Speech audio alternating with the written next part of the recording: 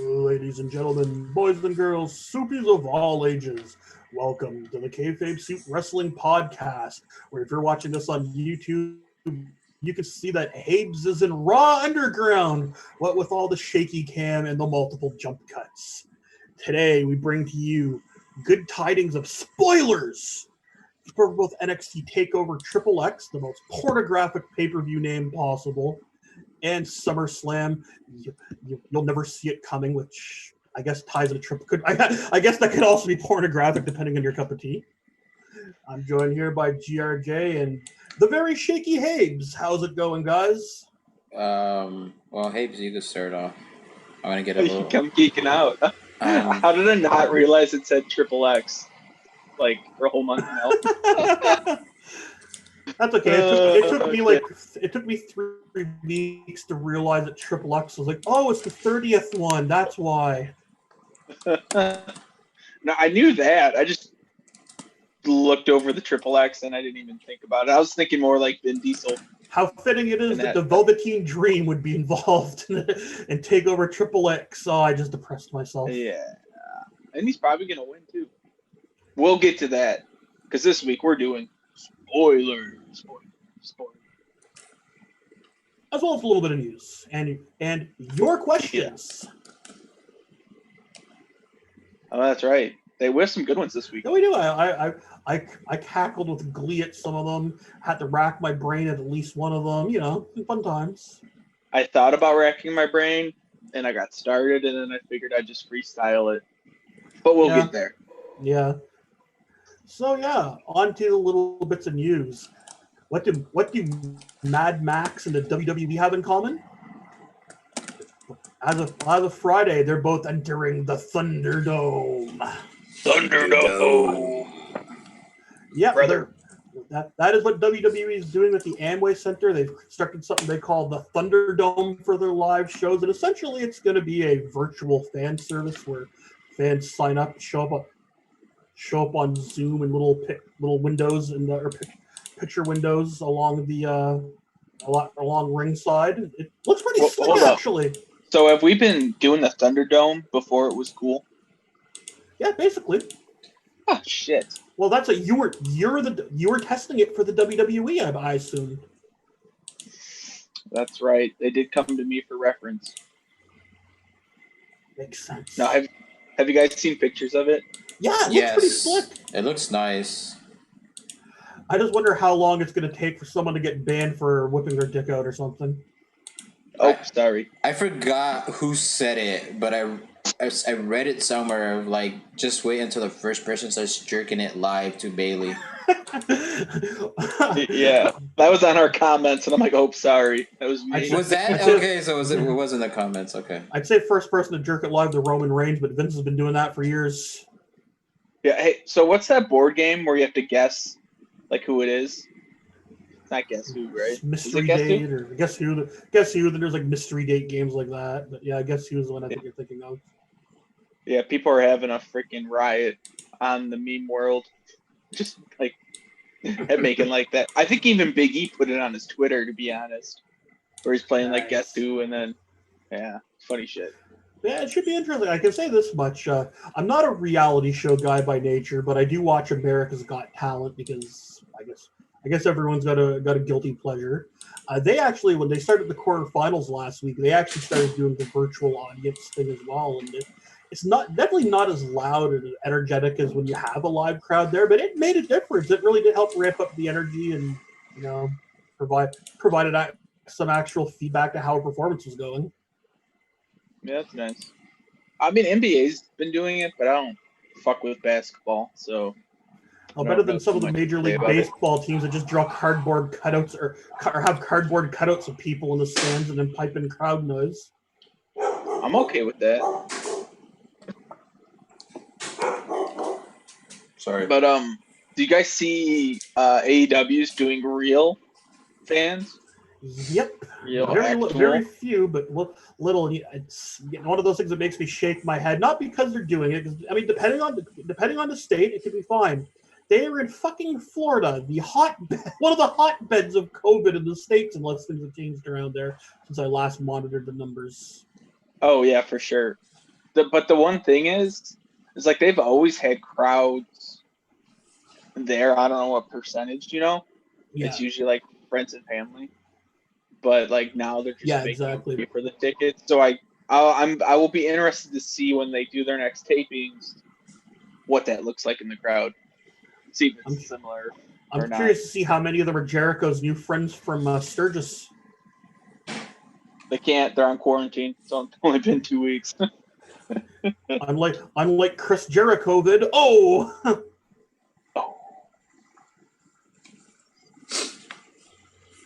So yeah, speaking of we are going to be without Renee Young very soon as she is wrapping up with WWE after SummerSlam. I get it.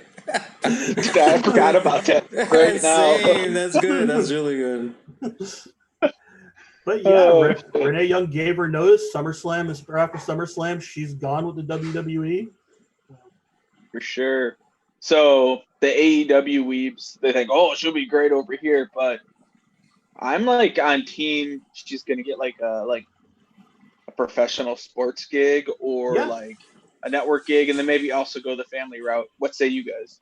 I'm the same way. I do not see her going to AEW whatsoever. And I feel like that's kind of a step back, even though they're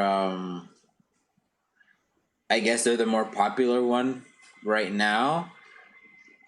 But with WWE, you have connections to so much. Why would you like get rid of that? If you're gonna stay in the wrestling business, I'm on the boat where she's gonna jump into pretty much whatever she can on TV, and she's gonna probably go that family route. Yeah, I could definitely see that. Yeah, I was thinking just something with Fox or what NBC is USA's affiliate. I'm thinking something with Fox though. Maybe even ESPN. Maybe if she wants to do something with ESPN but stay in the wrestling family, she can revive the AWA. Don't do that. Don't do that. No, I think Charlie is on ESPN. Okay. Oh, she left, huh? Either.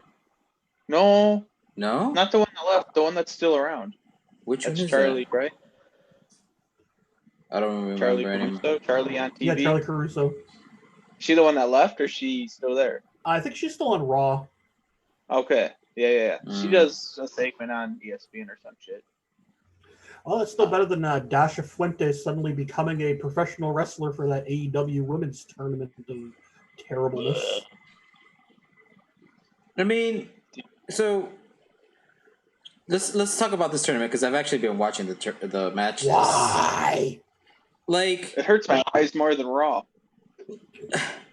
So they have the right girls in the final.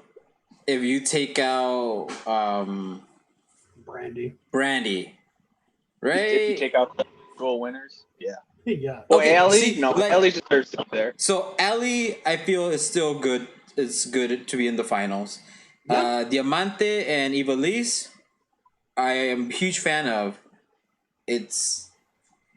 These finals would make sense if there was a different fourth. If Brandy and Allie go over, which I feel is gonna happen, like that sucks. But then the worst thing is the other case scenario still kind of feels unappealing to me, where they don't go over, which leads to an angle between Brandy and Allie fighting and leads to them wrestling on pay-per-view, and it's like again. Oh wait, no, actually, that match is happening on pay-per-view, isn't it? Yeah. So yeah, if we get Brandy on 2 back-to-back pay-per-views. I suppose that pay-per-view's pretty soon, right? They run that shit Labor Day weekend. That's like 2 weeks out. Well, shoot, that's really soon. The SummerSlam stuff's got me all discombobulated. How annoying the build has been. Hey, why is AEW on this Saturday? Because they're preempted at the NBA, I believe. Oh, okay, so that's okay. That makes sense. I'm interested to see what their numbers will be. Be very interesting because they have one on they have one unopposed hour. Then they got 1 hour running opposed against TakeOver. Yeah. Do you guys know? Well, intern probably knows, and me and GRJ don't. Is the Democratic National Convention still running on Saturday? Mm, I'm not sure. Last time I haven't heard anything about there being canceled. No, I just didn't know if it was running through the weekend because it was running on Tuesday night, which that's pretty. Yeah. That's a hard thing to compete with, regardless. Yeah. That's the only reason that NXT didn't do better numbers. Clearly, We can not that they think put on a that. lackluster show. Not that they put on a lackluster show and had a pedophile go over in their main event. But how'd they do in the demos, brother? How was that They did 12 increase. to 16? Yeah. No. Apparently the convention ended. Today was the last day of the convention. So Oh, okay. See, I knew you'd know more about our country than we do. thank my brain, and by my brain I mean Google. It's good shit. I forgot what I was gonna add. But yeah, dude, I want to see see the fact they're on a new night, I think that's gonna hurt their number a ton. But if it doesn't, that shit will be hilarious. Yeah. We shall see. I thought, funny enough, too, I was reading this earlier today that at the early next month, AEW is getting a chance to run unopposed on a Wednesday because I think it's on the very first show of September. NXT is going to be running on Tuesday because it's getting preempted in its normal time slot. You know why? Hockey. Yeah, that was it. I knew it was some sport, but sports. It's your sport. It's your sports puck, brother.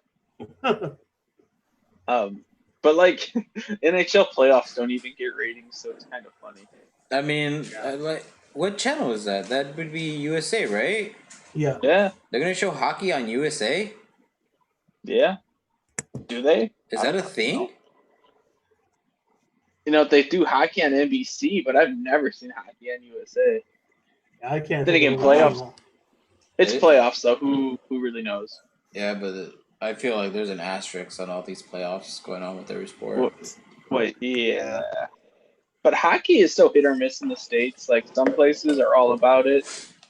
I think you just gotta find your fan base. Yeah. You know, out here we have the fucking Ducks and the Kings. Yet a lot of the people are Sharks fans. Just horrible people. Well, like, around here, the Blackhawks are really hot for like a, I don't know, 8-year span. And there's so many Blackhawk fans came out of the woodworks out of no one caring about hockey. This is just southern Wisconsin. It was pretty funny. Out of my part of Canada, everyone always seems to go for either the Leafs or the Canadians, and I'm just like the lone source going, but what about the Senators? Don't they get any love? Does Winnipeg have a team? I'm their fan. Yeah, it's the Jets. The Jets, yeah. From Winnipeg, you idiot. Okay. Should be the Winnipeg stupid idiots just to get that Jericho rub on them.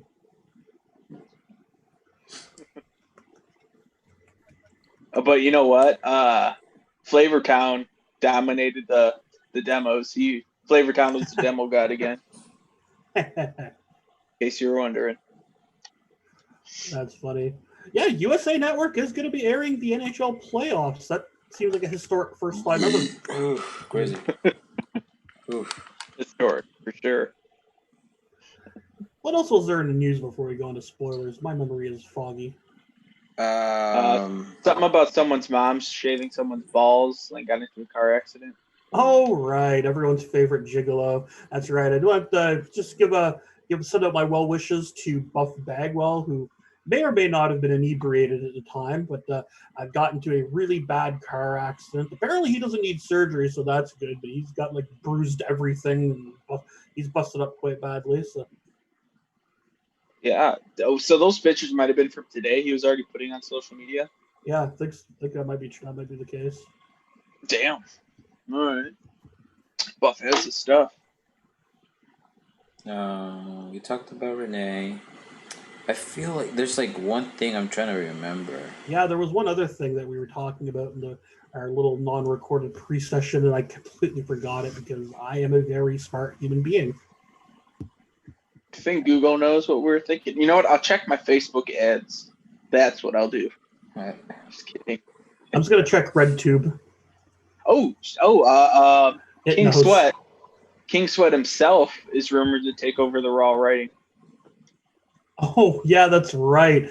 That is right. Shane McMahon, Bruce Pritchard, Brother Love might be out. Sweaty McShane might be in. Well, I don't know if Bruce is really out or if Bruce is just going back to his SmackDown gig. Well, yeah, just out of the Raw gig, I meant. Yeah.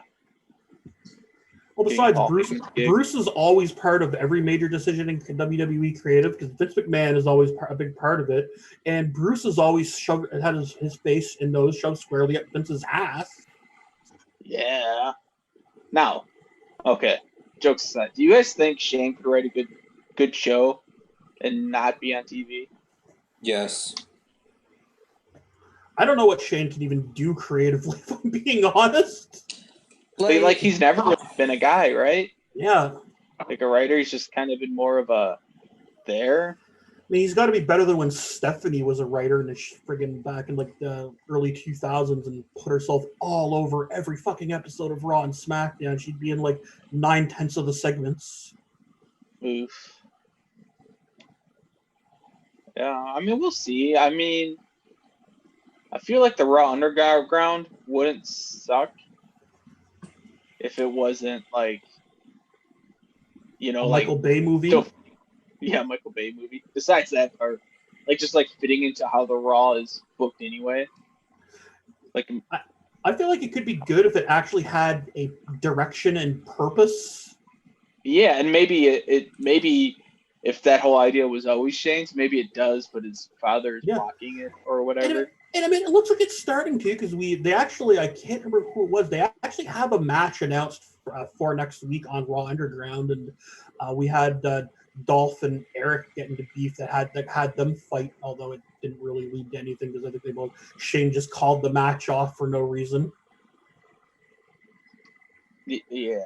So we're starting to see a direction with it, and people like it, like the Vincels. Not even the Vincels, they're not even being that annoying. But yeah, like, I think the third hour ratings prove that people don't like it.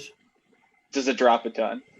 In the past, it wasn't that bad. This week, I think it dropped 100 or 200,000 viewers between hour 2 and hour 3. Oh shoot, that sucks. Yeah. Well, maybe Jane O'Mac can fix that. I remember what we were talking about.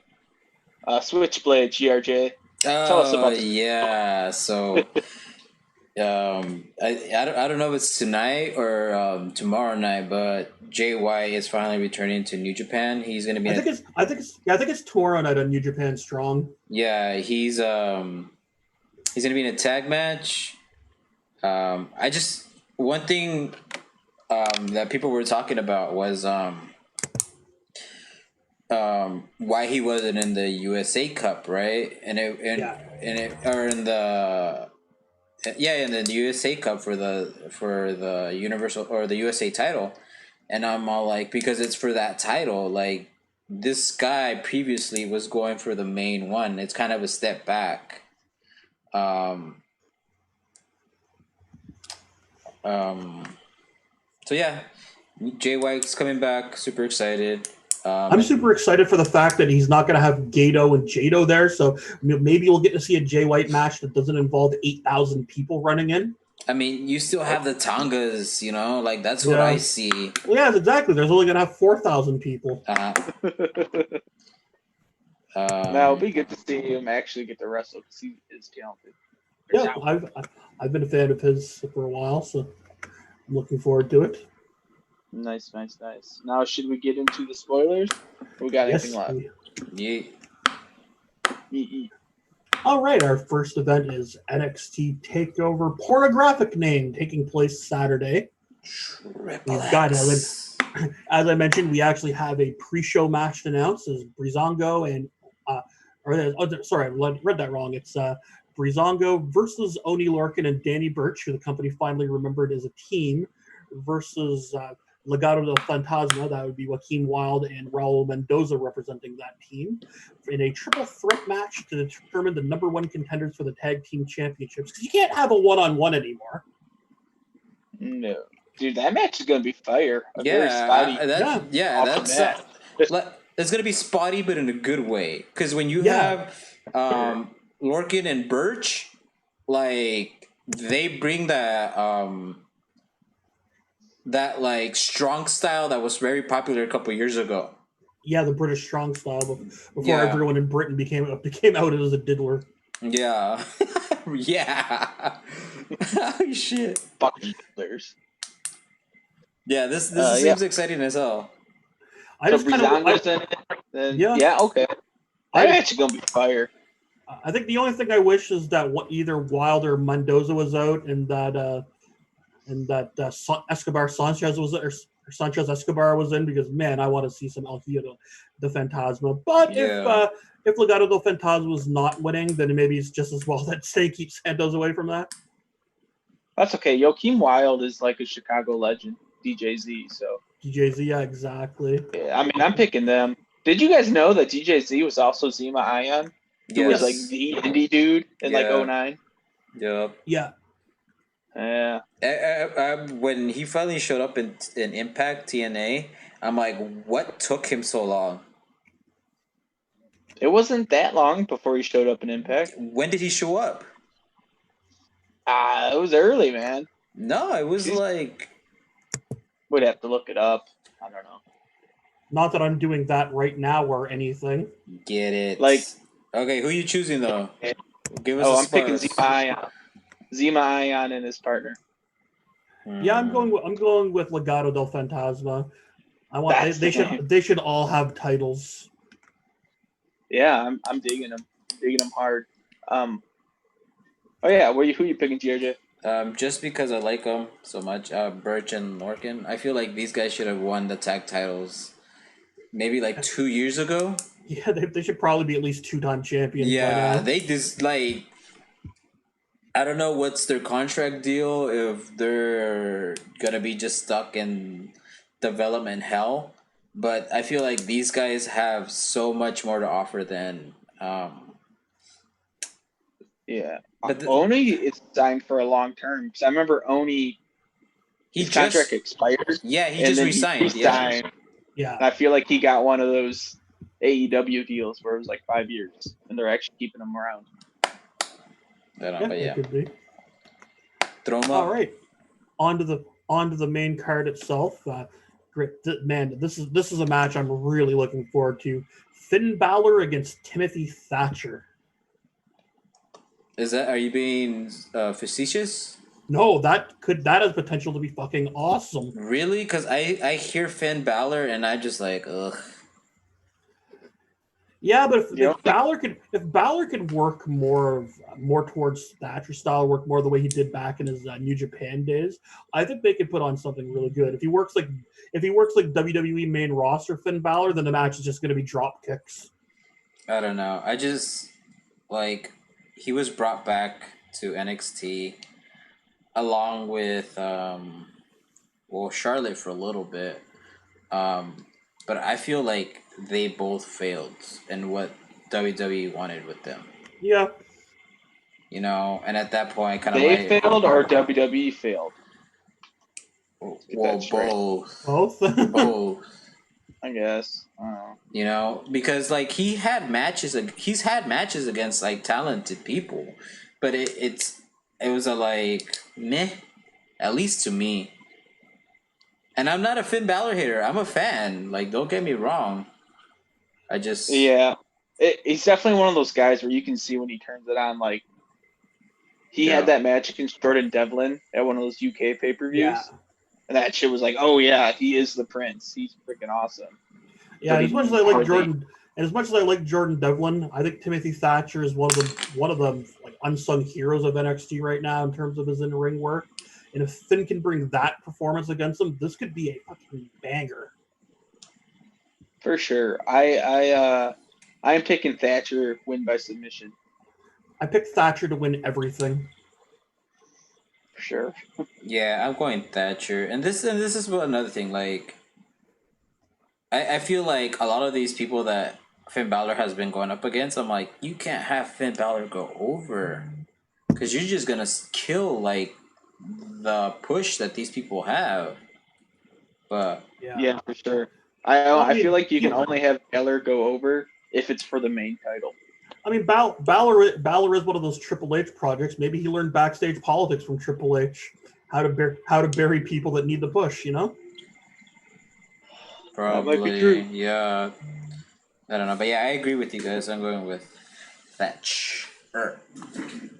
All right, and our most important match of the night: pro wrestler versus non-wrestling football guy, as Adam Cole takes on Pat McAfee. I get it. Like, they bring in certain people, and obviously the celebrity always goes over.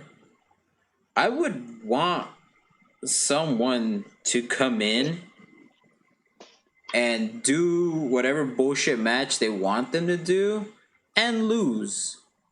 Do I see that with this guy? No, so I'm choosing the punter over Adam Cole. Yeah, I remember hearing a very good story from when Jake the Snake was wrestling in Mid South. They had Muhammad Ali do some appearances, and they had him punch wrestlers at I think they were just live shows, and they'd sell it. When there was some kind of in ring or in story confrontation where Ali punched Jake, and Jake no sold it. When Bill Watts chewed him out for it, Jake's response was, "Yeah, he's not gonna be here next week. I have to be here next week and keep getting over." Yeah. And that's what I. And oh my God, Habes, your dog is adorable. Right? Yeah, she gotta go potty. Just woke up my whole house. So too busy talking to jabrones. Sorry about my noises. That's cool. I feel like I'm still going to predict Adam Cole because I don't know if NXT is quite full on main roster levels of stupid yet about putting the quote celebrity unquote over the wrestling guy, but I really hope I'm right. But I don't. Even though I'm making that prediction, I still feel like I'm going to be fucking wrong. I mean, this is the last thing that Adam Cole is going to be doing in NXT, right? Because isn't he supposed to be called up? I don't know. We've heard that for so long. Habes? Yeah, I don't know that for sure, but I'm going with that route where the punter might win. Because Like, Cole is out there. yeah, like if Cole is moving up and they want him to win and they don't want to make the puncher sound or look bad, you have Undisputed Era do a run in and they cheat their way to victory. Nobody's going to be mad at that. Yeah. Right? Like, obviously, Adam Cole does not need to cheat for this, right? Yeah, this guy's an athlete, but, like, you're in Adam Cole's, like, playground. You could almost have him lose because Undisputed comes out there and he tells him to stop, and he turns around and gets punted. You know what I mean? You think they'd give that guy the finisher of a punt? Yeah. Oh, wow, okay. Wow. I'm going with the punter. I've got some advice for Adam Cole here. Just pretend every single move Pat McAfee does is a finishing move. You will kick out of everything. Jesus, that's right. Foolproof. For sure. Yeah, looks like I'm alone in predicting Cole, but I think that's more what my heart wants than what my brain knows is going to happen. So Yeah, we'll see. definitely. The NXT Women's title is up on the line when Io Shirai defends against Dakota Kai, who recently just yesterday reunited with Raquel Gonzalez, who had been MIA for a while. Team kick. Yeah. Super excited. I don't see Dakota winning, No. but I would love for her to win. It's just I don't see what they would do with Io Shirai in NXT if she were to lose a title, right? Oh, simple. They wouldn't. They just move her up to the main roster and have her team up with Asuka because Japanese people. I mean, that would make sense, right? They just lost Kairi Sane. Asuka's going for both titles. like, what's not her going after the tag titles, right? And then, like, you don't even have a partner. You don't even have a partner. Yeah. Fucking Io Shirai pops out. Like, that's exciting. I'd mark out for that. Do I see that happening? Hell no. It makes a lot more sense, way more sense than that random pairing of Asuka versus Baszler on Raw this week. Yeah. Although that is a pretty badass team. I was about to say, like, that's just like a badass team. I'm all like, that's somebody you don't want to fuck with. Do you guys think that? Nope, I lost where I was going there. Sorry. Wah, wah. The long answer is I don't think. It hurts my head. Sorry, I got a dog. Don't help. Did you guys know about Sari or whoever they signed right before Corona? A little It's bit. like Sari or something. Sari, with 3 E's. Yeah, I could see Io getting bumped up. Oh, I remember what I was going to say now. Getting bumped up and Sari coming in here shortly to take up that demographic spot. You know how Vince McMahon is with his demographics. Almost as much as I know how AEW are with their demographics. Yeah. So, like, but the pay-per-view after SummerSlam, you think that's where they lose the tag titles and then Bayley and what's her name have nothing? I mean, it would be the best. Like, I wouldn't say, like, turn them against each other right away. But yeah, have them lose everything. Have them lose their rematches. And then you do that shit where one turns on the other. Yeah, for sure. Yeah, that makes sense, which means they're not going to go with it. Oh, but I think Io still wins. You guys think they're going to put it on Kai? No, I think Io's winning this. Yeah, I think Io's winning this for sure. Yeah, like I've always said that Dakota Kai is kind of like the curse of the worker. Yeah. I love Dakota, but like she's solid, but she doesn't seem like a champion. Io could still show up, you know, because Bayley and Sasha have been doing that shit one SmackDown, one Raw, but they keep showing up everywhere. They could do the same thing, and then you get eyes on the NXT title or the women's title, and eyes on NXT. Actually, that looked kind of cool. Like if anyone had it, like each one's the women's champ. Well, shit, Asuka would be Asuka would be at 3 belts. Yeah, Asuka 3 belts. I think that's the next step. It would make sense. And then Io would have 2 belts. Then if you really want to ramp it up, you could have Io win the 24/7 title, and she could also have 3 belts. Well, I don't know. The Hurt Business has that title, so you might get hurt. I was about to say I wasn't even sure who had the title. I think changed hands like 3 or 4 times on Raw this week. I think Shelton Benjamin has. I think he did, but I don't know. I think I won it at one point during that episode. I wasn't even fucking watching. Do they have a toy version of that belt? I think one of us should buy it, and then like in the middle of the podcast, just like walk out. Like 5 seconds later, walk back in with the title on your shoulder. I'm like, sorry, I just won the title. That'd be awesome. Don't give me ideas. Oh, let me sneak past you. I gotta roll this guy up. I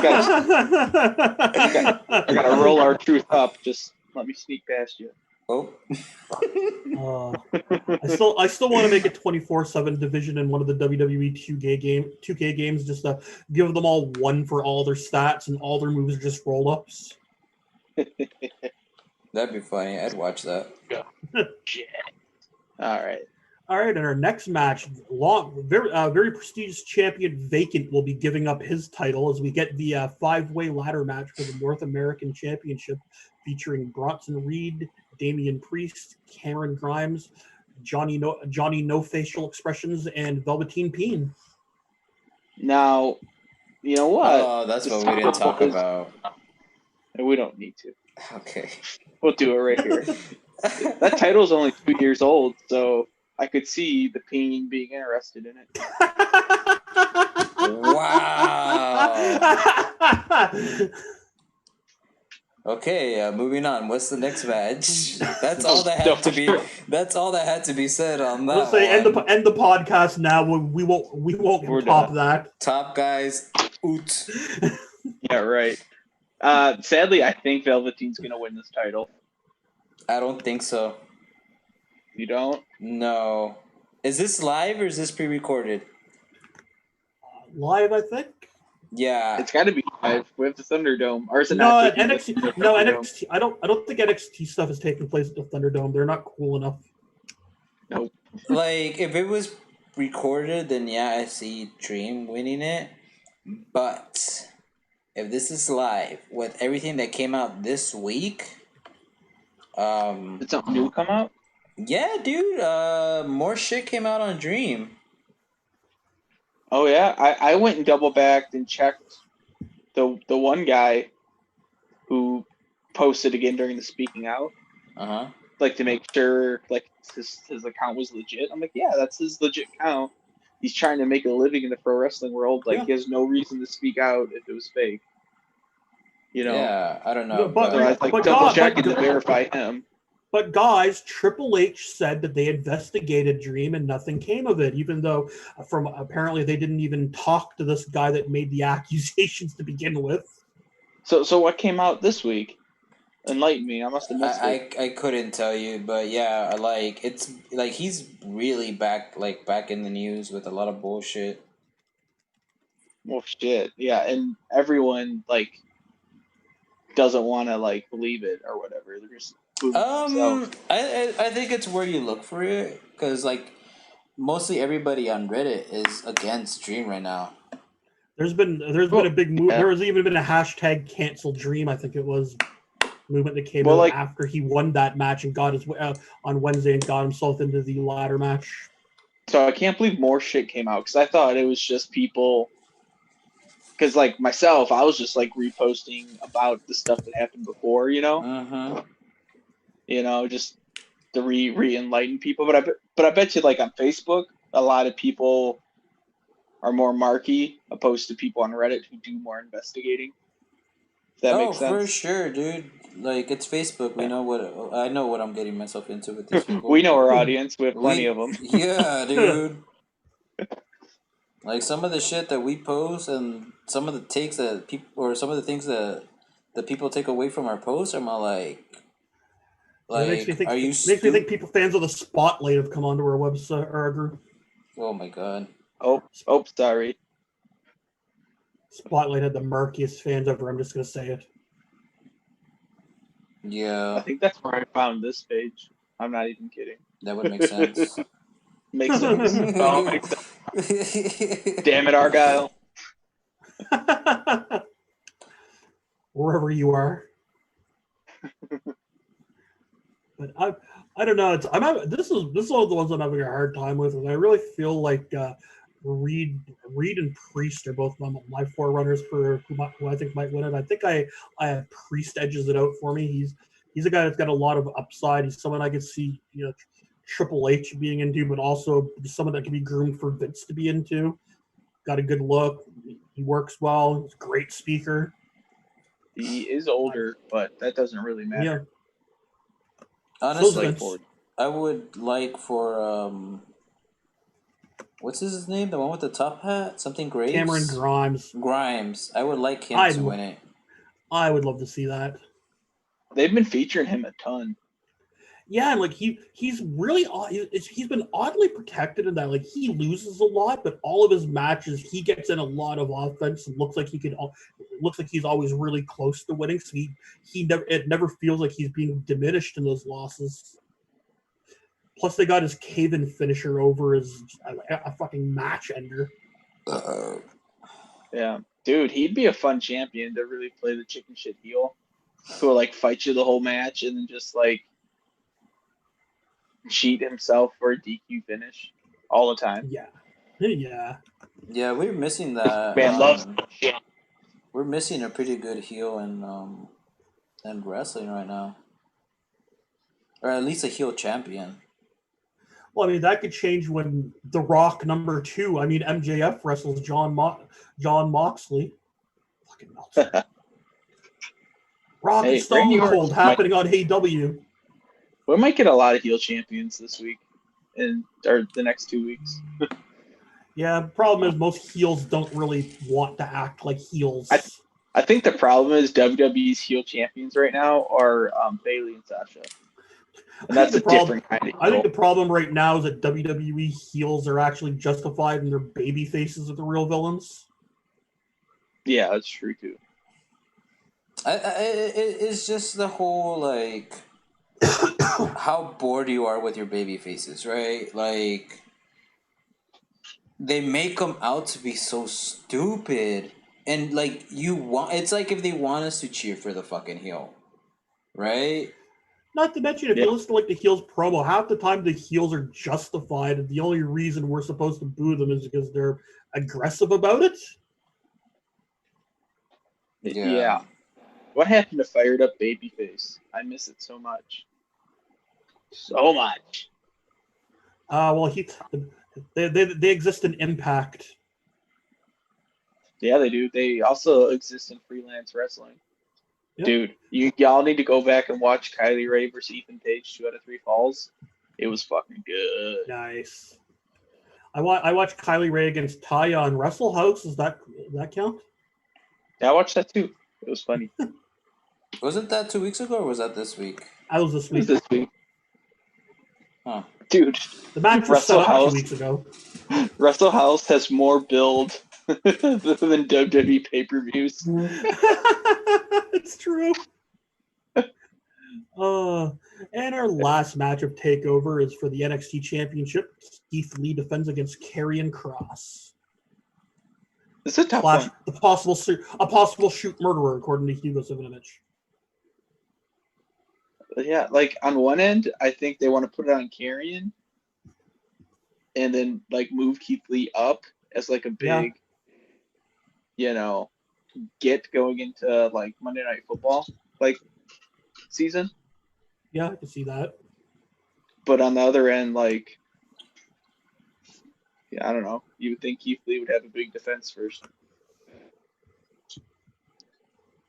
Yeah, I'm going Karrion Kross. This one's up in the air one. Like you said, fuck. Like, what do you do with Keith Lee if he loses? You move him up. Do you give him his rematch? Move him up, or if you can. I mean, we got Scarlett Bordeaux at ringside, so there can definitely be some shenanigans that gives Keith an out for losing, and then you can decide you can build through a rematch, or you can send him up to the main roster, or if you really hate us wrestling fans, you make him a member of Retribution. Don't do that. Oh gosh, dudes! I think he moves up and he starts challenging Randy Orton for the title. We'll get to that. I was about to say, but Randy isn't champion. We'll get to that, brother. I would like for them to go back to the call-ups of when it happens at the Rumble. I think they did that like once or twice. The first couple of years where they had NXT surprise debuts at the Rumble, and then that was just them being called up, right? Yeah, I'm the exact opposite. I wish they wouldn't have planned call-up times ever. I wish they would only call someone up when the main roster has fucking plans for that person. But like, that's the problem, because even for people in the main roster, I feel like they never have plans, right? Like they want that. From what a lot of the release wrestlers have said is they want you to try and build your own thing, and then they'll try to figure something else for you. But at the same time, like they don't do shit with anybody unless you're Randy Orton, unless you're Roman Reigns, unless you're like one of the top guys, and then people see WWE dying, and it's because they have nobody new, right? This is the same company that where its owner basically told Rusev that no, the fans are just chanting Rusev Day to make fun of you. It's not over. Yeah, fucking. Oh my god. Yeah, it's not that WWE doesn't have anyone new; it's that they don't use anyone fresh. No. Like you They're said. not. I'm saying is they don't push anybody fresh. Yeah. Like if someone has some heat going in or whatever, some buzz would be the right word. They wait till that fizzles, have them do nothing for 6 months, and then try and build them up, but no one cares. Have I like to call that the Mustafa Ali push. Yeah, like who? I mean, even like Drew McIntyre, like they had him come in, and then they just beat him a ton, did nothing for And a then little even worse, bit. they made him a Dolph Ziggler cohort. Exactly, and then they start using him. And like same thing with Bobby Lashley. They've done absolutely nothing with that dude until right now. It seems like he has a The Hurt legit. Business should have been Bobby Lashley from day one of his return. Yeah, like I've been watching old TNA. Like, how do you not find something for Bobby Lashley to do as a main point of your show instead of just wrestling Finn Balor 30 times? Yeah. No. Instead, we have to bring him in and make him cut a really horrible, sappy, smiley promo about how he loves his sisters. That sucked. Yes, it did. That was Bailey. This is your life levels of bad. Yeah. Okay. So I'm picking Karrion Kross. What are you guys on? Carry on, my wayward cross. Oh. Yeah, same. Oh, hey. Did you guys notice that Raw was TVPG again this week? Or I guess it never changed. But SmackDown did. See, I have a personal theory about that. Yeah. I don't think they were going for we talked about this in chat, right? But that's right. I don't think they were going for TV 14 on SmackDown as much as they had to label it TV 14 because of the implied man on woman violence. For sure. Which I say is implied because if I'm not mistaken, didn't the lights go out when Braun threw Alexa, so we didn't even see it happening? Mm-hmm. Oh, I don't know. I didn't see it happening because I wasn't watching. I watched a clip on YouTube, but that's about it.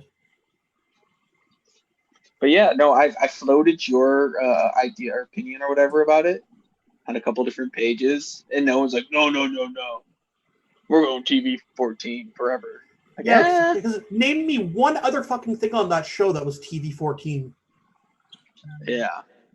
So we'll see. They didn't even say piss out loud when AJ announced the phenomenal intercontinental statistics system. They just kind of left the imagination, which I'm actually glad for because fuck that stupid shit.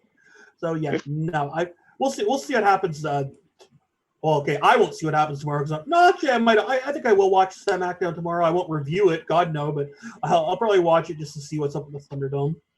Yeah, I'll probably turn it on if I get home from work in time. Otherwise, I won't bother. Otherwise, I'll just make fun of it without watching it. Yeah.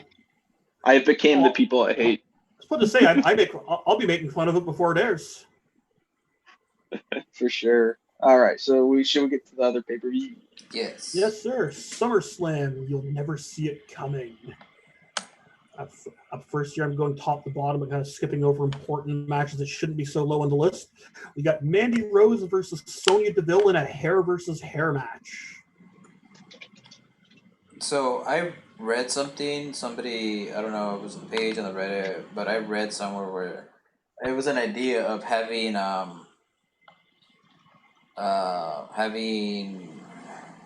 Mandy get beat up by Sonya hard enough to the point where what's Big Boy's name?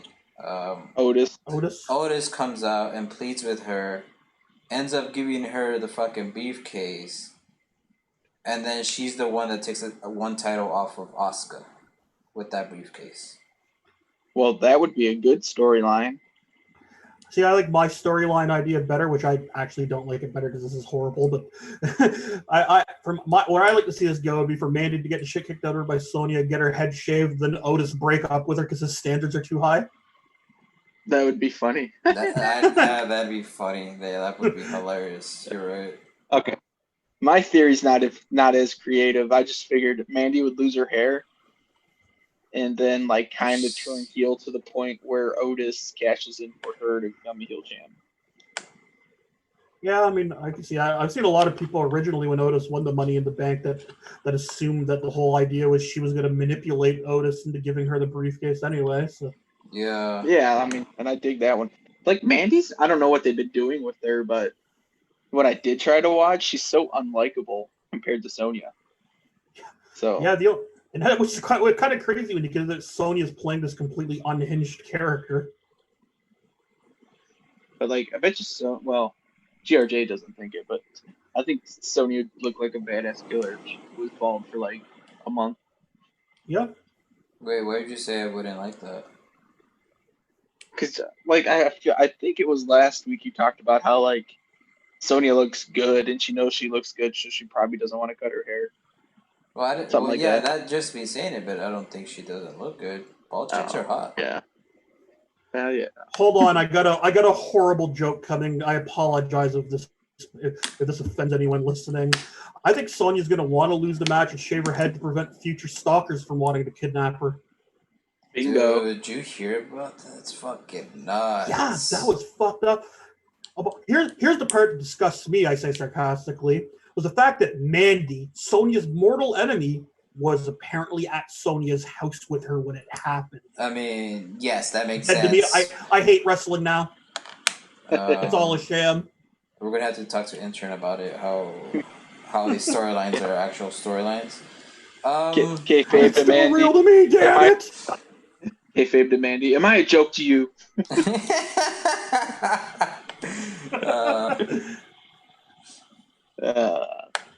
Shit.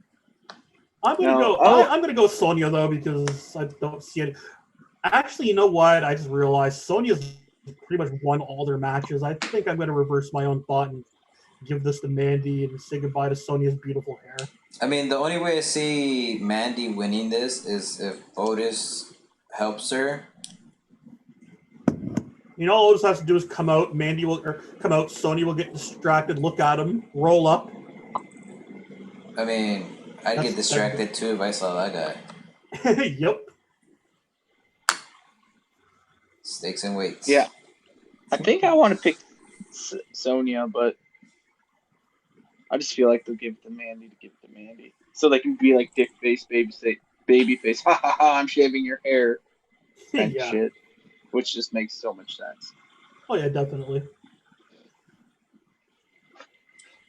I mean, it's WWE. You got to give the baby face all that heat, right? Goddamn. Hell. For sure. I don't know where my dog went. She likes to go behind my couch. Cute. Yeah. How about you, GRJ? Like, is Sonya being portrayed as like is she being portrayed like an actual heel? On the most part, her whole thing is you only get advantages because you're pretty, so I'm gonna make you ugly so you don't get advantages anymore. And she's kind of a little unhinged about it. Well, she had been unhinged. Now, I guess more recently she's just been appearing on Miz TV and engaging in horrible humor with them. Like, I remember when they shaved Molly Holly, right? Yeah. And I remember being like, yeah, like I don't know. I don't remember why I did not like Molly Holly at the time, but I remember her getting shaved. And I'm like, yeah, like this is awesome, right? I see Sonya getting shaved, and I don't feel that. Like, I feel like Haves, like you want Sonya to win it, but they're gonna give it to Mandy. Yeah. You know, but like, I do see Sonya getting a push if she's bald. Like a title push. Because one thing Mandy hasn't gotten is even sniffing the title belts. Ever. Really. Yeah. So I could see Sonya actually getting that. If Mandy cuts her hair. I mean, yeah, they better fucking give her a push. They better give her a title if she gets her head shaved. Going to, I think I mentioned this last week on the podcast. In Impact, they did that to Roxy something. Yeah. But something like they treated her like horribly. I don't remember them ever giving her a title, and I'm all like, this don't go well. badass chick has given you like great match after great match. She gave you her hair to use in a storyline, whether she wanted to shave her head or not. She ended up saying, "Yeah, let's go for it," and they treated her like shit. Like, do I see WWE doing this? Hell yeah. Yeah, pretty much. Yeah, it's not like she has anywhere else to go work right now. They don't care. Sad but true. I mean, Sonya Deville, and Impact, and hell, even AEW. She's too talented to go to AEW. I don't think Brandy would let her in. Yeah, dude, like Tay Conti is better than most of that division. Yeah. And she didn't even like sniff TV time in NXT. And when she did, she had some hit or miss matches where when she was good, she was really good, and when she was bad, she was sloppy as hell. But Yeah. wasn't it one of those things where, like, I forgot somebody in the back told her how sloppy she was, and she actually took it and actually trained a lot to get better. It's just she never got that chance to show it off again. Yeah, that's pretty much the case. Wonder if Rich Holland's going to do that after he nearly fucking murdered Gargano on TV this week with that power slam and dropped him right on his head. Because she was the one that was like part of Undisputed Era for like a week, right? Yeah, she. Yeah, that's one of those AEW type storylines where they just drop it for no reason. Yeah, I think they were ready for her to be part of it, and then they just saw her in the ring, and they're like, oof. But at that point, you have fucking... Well, I think at that time, Roddy Strong wasn't part of Undisputed Era, but you had like 3 of the best workers ever train her, right? Yeah. Like, well, yeah. You talk to the guys and like, look, she's gonna be part of your group. You want her to make you guys look good. This is on you, right? Because if like, I don't know, I just feel like she tried her hardest, and she just never got the chance to get back on TV to show her skills. I agree completely. Because I do remember that one match she was in, and it was just awkward as hell. Yeah, she tried to go for. I don't even know what she was trying to go for finishing that match. I'm just like, what? Boy, we are really good at sticking on topic. Our next match is the only other non-title match on the show, as Dominic Mysterio makes his in-ring debut against Seth Rollins in a street fight. I don't know what is it with WWE not wanting people en masse, but I think they screwed this kid out of so much money by not having him wear a mask. Yeah. But wait, there's more. In a good way. Did you see the rumor where he might be repackaged as Prince Mysterio? I saw that rumor, and I saw like his costume designer put out a costume that would look like a teaser of a costume design that looked like it could have been a good Prince Mysterio type fit. I didn't hear any of this. I think it came out today, to be honest. Maybe yesterday. Probably yesterday. But yeah, gonna repackage him as Prince Mysterio after the match. By the way, appropriate to the situation, Ray appeared on Raw this week, and he did indeed have an eye shield over his eye, the eye slot on his mask. Yes. They had continuity. Nice. I mean, how long until he comes back and he has his eye back? Yeah, I know, right? I'm surprised he didn't do it the next week, to be honest. Unless if they just do that for like backstage videos, and then like they had lasers, like he's pissed off at Seth Rollins, and he goes, meow. See, if this were Lucha Underground, there is a 200% chance that would have happened. I would have been down. I wish Lucha Underground were still a thing. Oh, for sure. Like, they got crazy with their storylines, but it worked. Yep. Like, at the end of one of the seasons, they had Aerostar fly off. I remember that shit. Yeah. Like, that was great. They had Brian Cage crush a dude's head with basically Thanos' Infinity Gauntlet. That's right, yeah. That was a weird time when they gave him that. Yeah. For sure. All right, so do you guys think it's time for the babyface to finally get that win?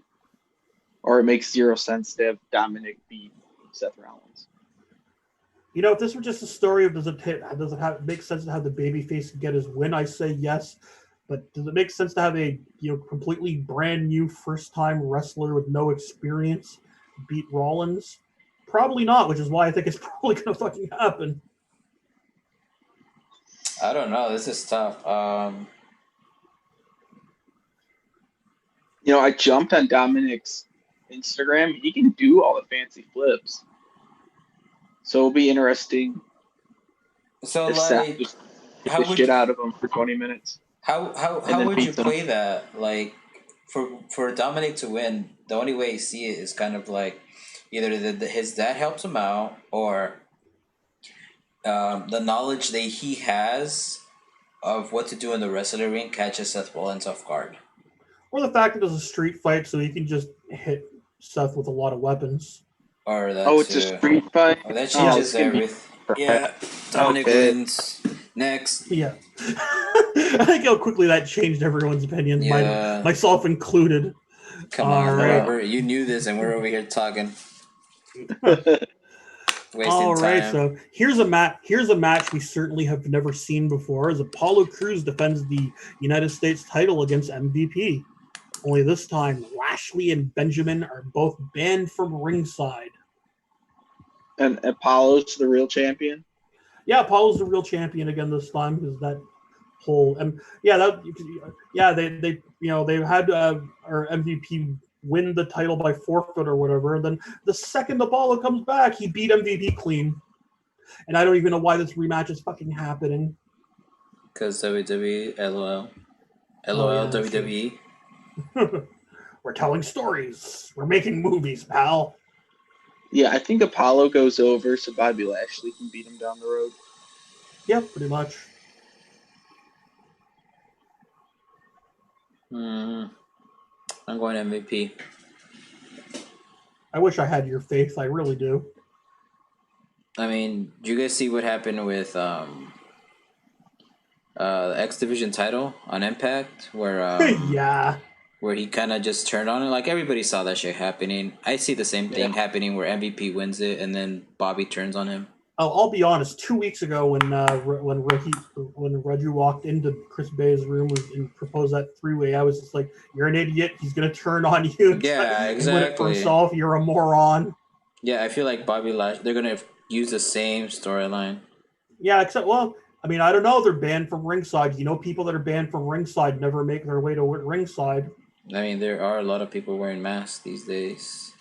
That's true. Maybe maybe no match is a finish and Retribution just eliminates everyone. Don't do that, WWE. Don't fuck a predictions game like that. Oh, that's lame. Don't give Habe some ideas, man. I will kill you. I will punch you in the soul if you pull this off, Habes. He's gonna send these in, and they're like, "This is awesome.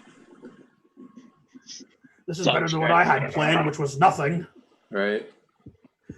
I was only going to start writing the show 5 hours after it started. Right. So what's the match again? I gotta think now. Crews against MVP. Yeah, Crews wins for sure. Yeah, I definitely still think Crews wins, and then they build towards Lashley versus Crews, which is what this match should have been to begin with. Yeah, especially for SummerSlam, and Lashley's not officially on the card. That's dumb.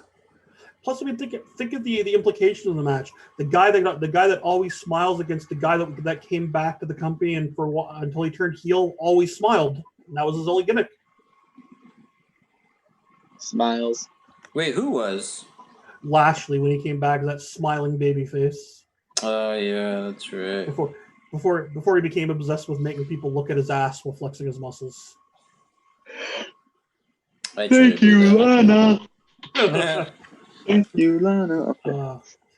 Our next match is for the Raw Tag Team Championship as the Street Profits take on Andrade and Angel Garza, aka Team We Have Been Booked horribly all throughout this pay-per-view cycle. Yeah. Are these for titles?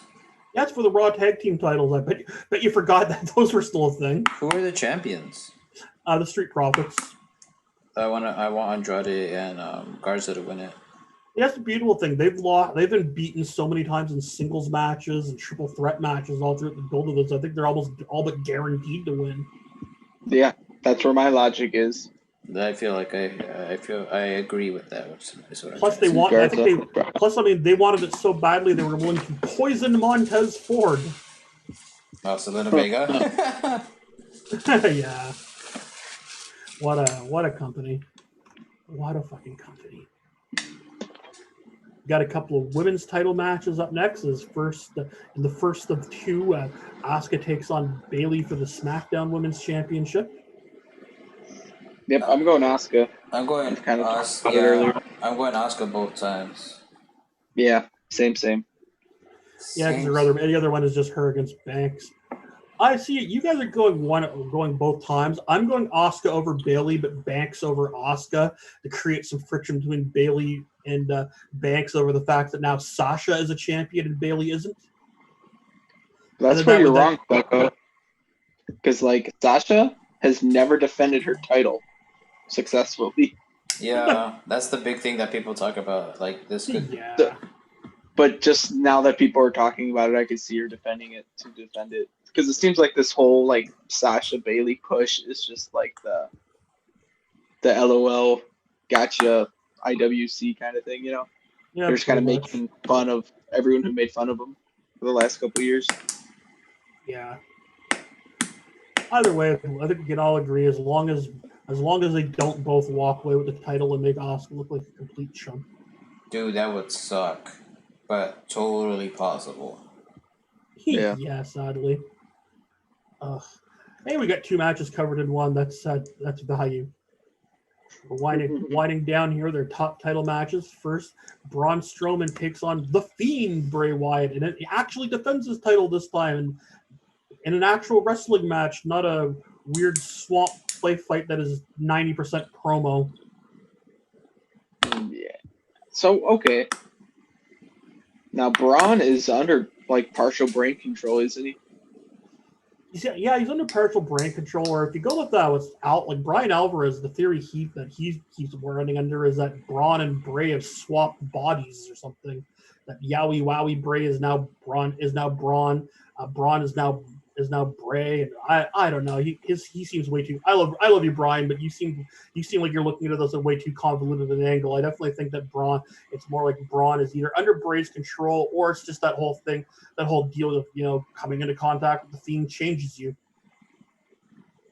Yeah. I mean, isn't the change supposed to be a revert to what they used to be? On the most part, yeah. I mean, look at what Braun used to be, a terrible wrestler that was a monster. No, but I'm saying as in when he was with the Wyatt family, that's basically what it was, right? That's how they described it. It was they were under his control. Yep. So it makes sense. The fact that it's the Fiend kind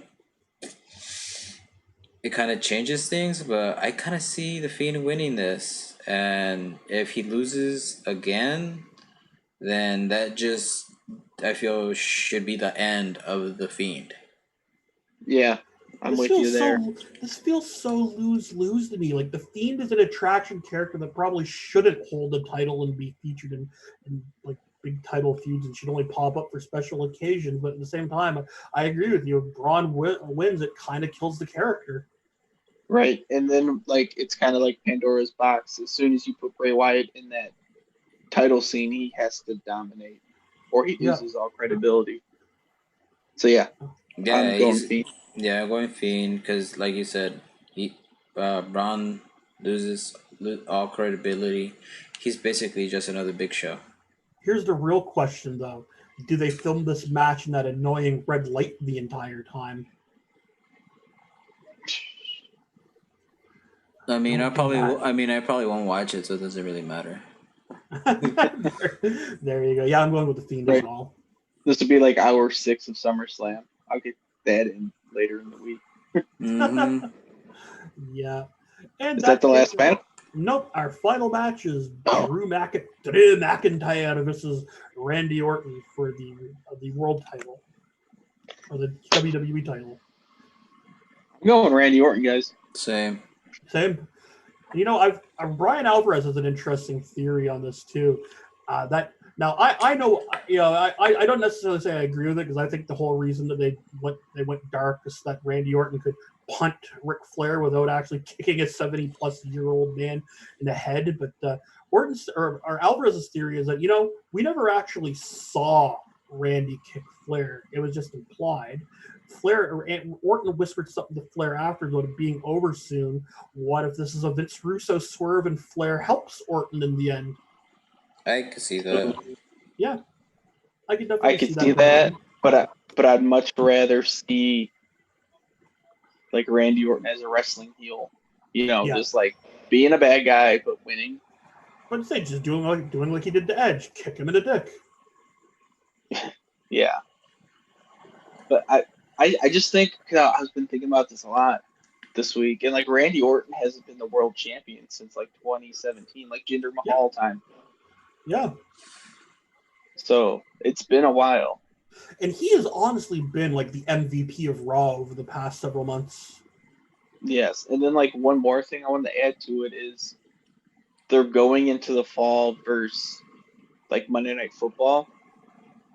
Like they probably want a proven, even though I don't think it would bump the rating, they probably want a proven draw as their champion. Yeah, exactly. And then I think there's also that theory that I think is very plausible that they want to see if things will go back to somewhat normal. They can actually get fans in the building by next WrestleMania, and then have Drew re-challenge for the title then and get his actual WrestleMania moment in front of fans. I hope not. I hope once Drew loses his title, that Drew experiment is over.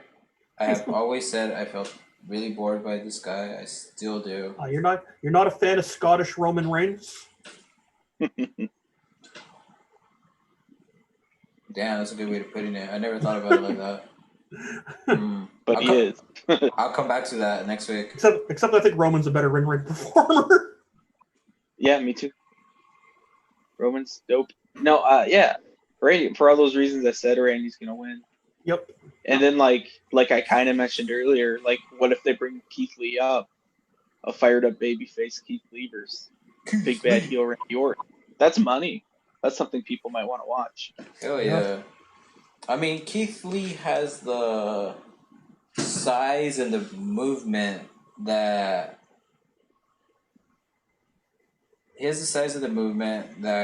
could challenge like Brock Lesnar, right? We saw it at the Rumble. All right. I was gonna get to that. I was gonna say you put it on Keith Lee now, you get that Keith Lee Brock Lesnar WrestleMania match. Yeah. There you go. Sorry to cut you off. No. That's where we were headed. Okay. So yeah, I'm choosing Randall. That and like you always have Edge still hanging around, and I don't think you want to put the title on Edge, but like I know Edge is out for like till Mania. Why? But you could always use it. He tore his tricep, Jesus wrestling the greatest match of all time. Yep. So I could see him costing him the title one time and then finishing their feud at Mania or some shit. Do you think he comes back? He's out till Mania? Like that's for sure. Yeah. But he signed a contract. Yeah, he has so many dates, so he's gonna wrestle again. Okay, I was gonna say, what do you think if he comes back at the Rumble, actually wins it? But if he's out till Mania, then. Well, that's just like a guess. Who knows? As long as they keep Goldberg and his 2 dates a year away from this title scene. Let's not even talk about that. But what we should talk about is our questions. You got them. I got them right in front of me. Here's this one here popped me so big. Terry Bowers asks, or Bowers, whichever it is, what if Stone Cold smoked weed instead of drank beers? Okay, so I read that, and my first thought was RVD's reign would have been a lot longer until I realized he didn't just get popped for weed. He had a bunch of fucking stuff, a bunch of pills in his car too. Yeah. Yeah, like my first thought was, well, RVD was pretty over, so it would have been okay. Plus we would have gotten Austin 420 says I just smoked your ass. Well, that would have been great. And plus the what chance would make more sense because he'd say what all the time because he forgets everything. What? That's so good. That's so good. I like that. We should have got that. No, we should have never gotten What Chance under any circumstances. Dude, for real. For fucking real. I'm so glad that, like, the AEW crowd is so smarky that they don't do that shit. Or when they were on TV, they didn't do this shit. At Lucha Underground, if you started that chant, people will shut you up. Apparently, someone tried to get that chant started up at one of the early Power tapings, and everyone else in the audience shut them up. Exactly, yeah. Like, people hate it. And I think it's just, it happens from people that are not into wrestling anymore, but they probably have like a kid, and they take their kid, and they remember Stone Cold and what. That and people that hate watch the WWE to such an extent that they're willing to spend money to go to the shows to not enjoy themselves, and to try to hijack the shows that will hate watching it. Yep, I've gone to some Chicago shows. I can confirm. That's crazy.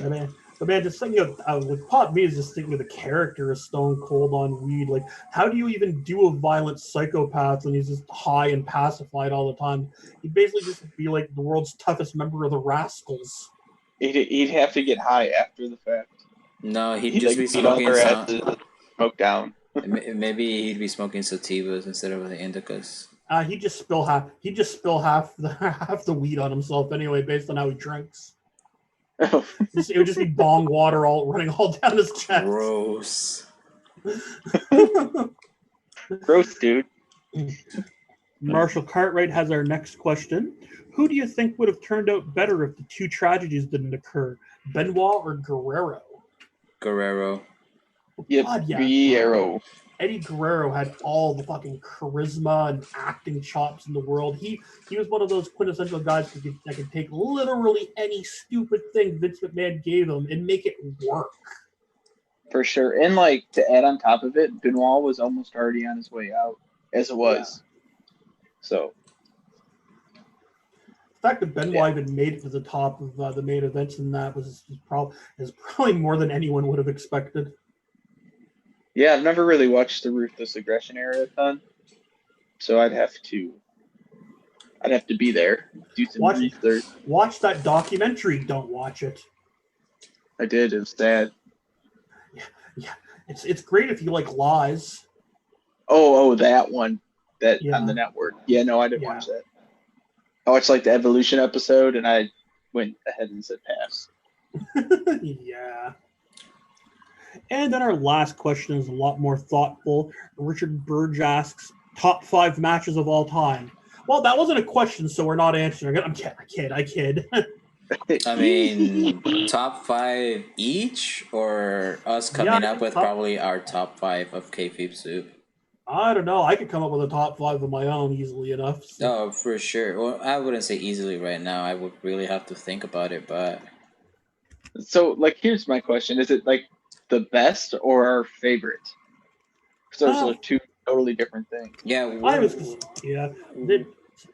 Unfortunately, his question was 5 words and 1 number long, so I think it's open to interpretation. I take top 5 as my favorite, personally. Oh, okay. We can just list off some of our favorites, because I don't think I can think of 5. But, like, right off the top of my head, my most rewatched WrestleMania match is Ric Flair versus Shawn Michaels. That's a good one, yeah. My problem is I can come up with way more than 5. My problem is narrowing it down to which 5 I think is at the top. Yeah, that's why I said only a couple, buddy. Yeah, my absolute favorite of all time is still Bret Hart versus Stone Cold, WrestleMania 13. I Quit match. That's a good one.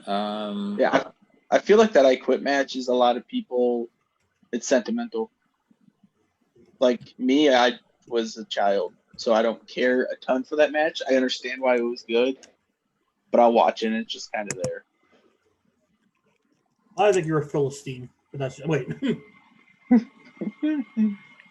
The Taker Mankind match, just because of how like it's gonna be in wrestling history for fucking ever. Such a good match, but it's like a lot of those All Japan matches from the 90s. I love them. I love it. I have a hard time watching it now, knowing what we know about Yeah. Mick Foley's body type.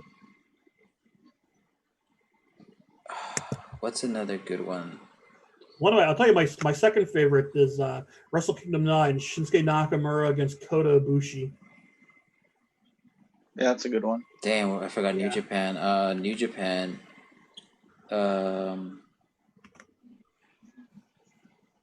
Fuck, what Shibata match was he? Who was he against? I forgot who it was. But it was one of his it was when he won the G1, not the G1, the New Japan Cup. There was a match in there. Yeah, I'm trying to remember. I don't remember. But yeah, there's one there. One of my favorite New Japan ones, this should pop in turn because he put me to it, was Okada versus Tomohiro Ishii in that G1, Yeah. like in 2016 summer 2016, summer 2017. The one where Ishii won. Good. That match is so good. I'm trying to remember when it took place now, but a match that I don't see getting offered or mentioned as much as it was 2005. I don't remember what event it was at in Ring of Honor. Kenta Kobashi against Samoa Joe. Oh, that sounds badass. It was fucking awesome. Dude, yeah. What? Go ahead. Go ahead. Oh, the triple threat match for the X Division title with Styles, Samoa Joe, and Daniels. Yes. One, that's the one that, like, I remember, like, Impact had the fire underneath them, right? Like, this match happened and people were just blown away. And I remember, like, all the WWE fans were like, no, it's nothing, like, it's bullshit. And then somehow within the next like 3 months they like secretly watched it and became like overnight Impact fans. Yeah, like it was such bullshit. I remember that time though. Here's another recent one that was awesome, but I wonder if it's still as good considering everyone kind of went to that style. But this was like the first one in the WWE ring, was Tyler Bate versus Pete Dunne at TakeOver Chicago. Yeah. I don't remember it. It was fire. But like they had their match and then we kind of went into all those Adam Cole, Johnny Gargano kickout fests where it kind of got convoluted. So I think if I watched it, I wouldn't be as into it. DIY versus Revival.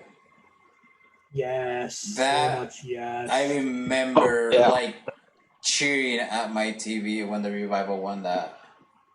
Yeah, that's another good recent one.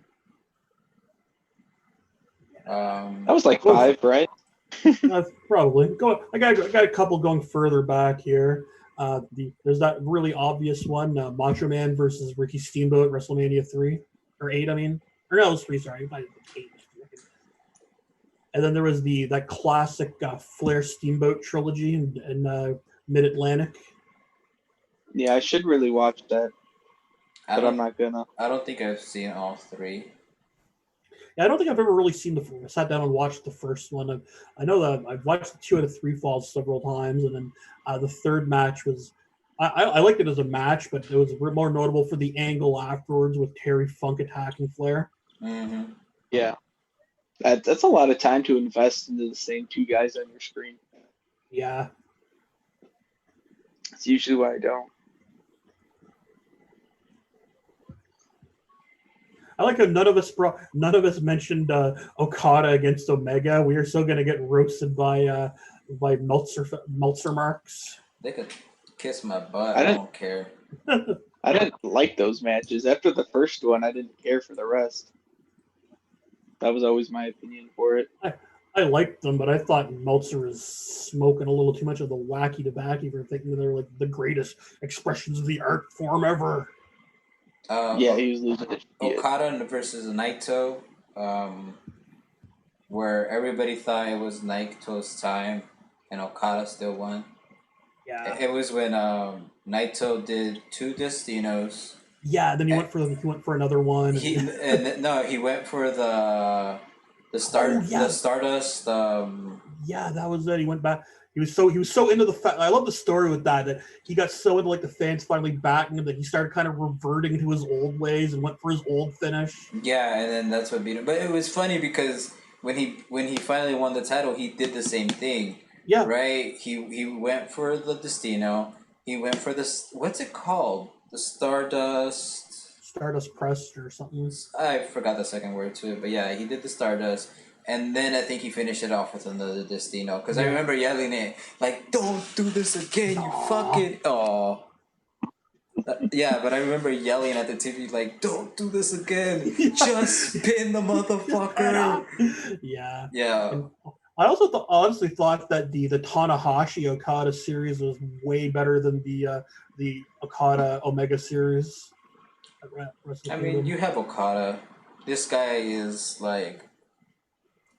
I feel like if you're a wrestling fan of multiple promotions, Okada is going to be in at least in your top 10 twice. Oh yeah, definitely. You put him in there against Tanahashi, who's like only probably arguably one of the most important wrestlers in New Japan history in terms of turning the company around. And despite the fact that I love to rib him by calling him Japanese John Cena, he also happens to be one of the best workers in the company.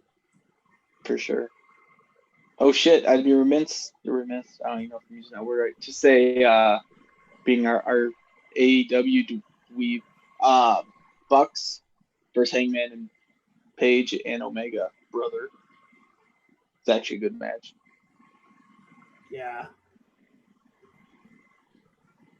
it really was. Kylie Ray almost lost the freelance title. Sorry, guys. She's so good. Do we have anything else? No, unless intern wants to keep talking about matches. I probably could have done better, but it's all good. No, I think that's about it for me. Yeah, I might make a top 5 post for people to list their shit, and we can just copy them. And we could laugh at them. Yeah, laugh at them. Laugh at all the John Cena matches no one puts on it. Dude, John Cena versus AJ Styles was solid as fuck. That was a really good match. John Cena versus Cesaro on a random Raw for that during that open challenge era was like one of the fucking dopest free TV matches at the time. Yeah, I remember Cesaro getting a bottle of water and just pouring it on himself because he was so hot. Yeah. Mid-match, and they showed it. Yeah. Dumb things like that. That's what I remember from matches. Well, I also can't believe none of us thought to bring up Nakamura versus Sami Zayn at TakeOver. Oh, that's a good one. That was so good but I've never gone back and rewatched it. I have. I've only rewatched it once or twice. I think I've done it 3-4 times. It's not like that Wrestle Kingdom 9 match that I go back and rewatch all the time. Hey, dude, Sami Zayn's freaking solid. I wish he would wrestle. I wish he existed again. Existed, yeah. I wish Nakamura could go back to actually working good matches again. Actually caring. Yeah, I stopped caring about him, which just sucks, but it is what it is. Yeah. All right, so those were your spoilers, folks. Do with them what you will. Yep. Do we got anything to plug, or are we good? Yeah, we have a game this weekend. We're covering NXT and SummerSlam. I was thinking of putting both of them on one game, but that's not possible because that means we would have to close the game before TakeOver. So it would be 2 separate games. TakeOver should be out by tomorrow morning, or at the latest tomorrow by noon West Coast time. I don't know what is that over there on the East. 3? Yeah, prime time. Television's on. We'll be watching hockey playoffs. Cool. Just kidding. You're going to be watching AEW anyway. Yeah. Instead of TakeOver. Well, instead of the first hour of TakeOver. Oh, well, that's true. All right, close this out. All right, guys. Then, top guys out.